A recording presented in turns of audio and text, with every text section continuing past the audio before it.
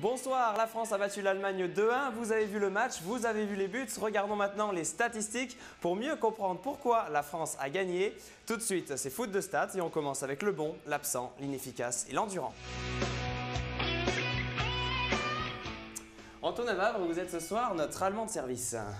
Et on commence avec le bon, le très bon Thomas Müller, 45 minutes, 3 occasions créées. Regardez comme il trouve la profondeur et délivre une passe décisive à Kakao. Voilà ce que l'on attendait de la Mannschaft ce soir.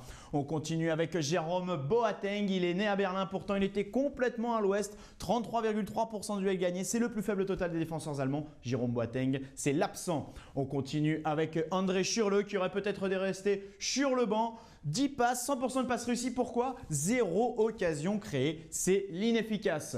Enfin, on conclut avec Toni Kroos qui nous a rappelé Lothar Matthäus à l'époque où il était milieu def. 90 minutes à bloc, 5 occasions créées, 94% de passes réussies, quasiment 91% dans le camp adverse. Aucun doute, Toni Kroos, c'est l'endurant. Allez Thibaut, balle aux Français.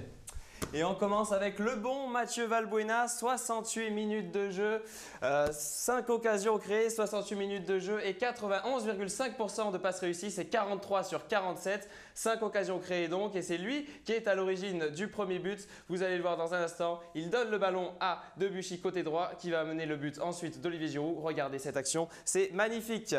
Franck Ribéry, si vous avez eu l'impression de ne pas l'avoir vu ce soir devant votre télévision, eh bien les stats le confirment, 45 minutes de jeu, 17 passes seulement, 0 occasion créée. Pas terrible pour un milieu offensif, vraiment Franck Ribéry, l'absent ce soir.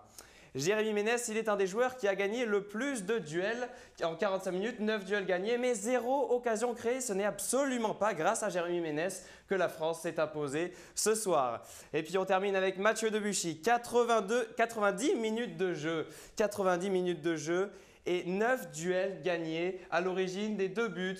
21e minute, 71e minute, c'est lui, vraiment grâce à lui que la France s'est imposée ce soir et figurez-vous qu'il a même frappé au but et son tir était cadré.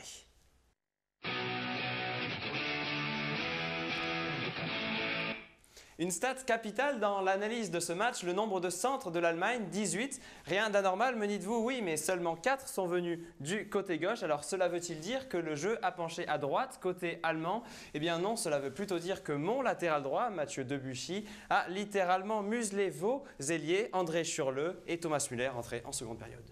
Eh bien tout à l'heure je parlais de Toni Kroos et ses 37% de duels gagnés. Que dire alors de Sami Khedira et ses 57,5% de duels gagnés? En face, Yohan Cabaye avec 30% et Yann M'Vila avec 25% étaient bien en dessous. Avantage territorial aux Allemands avec 53,5%. Clairement, ces milieux récupérateurs ont livré un très gros match.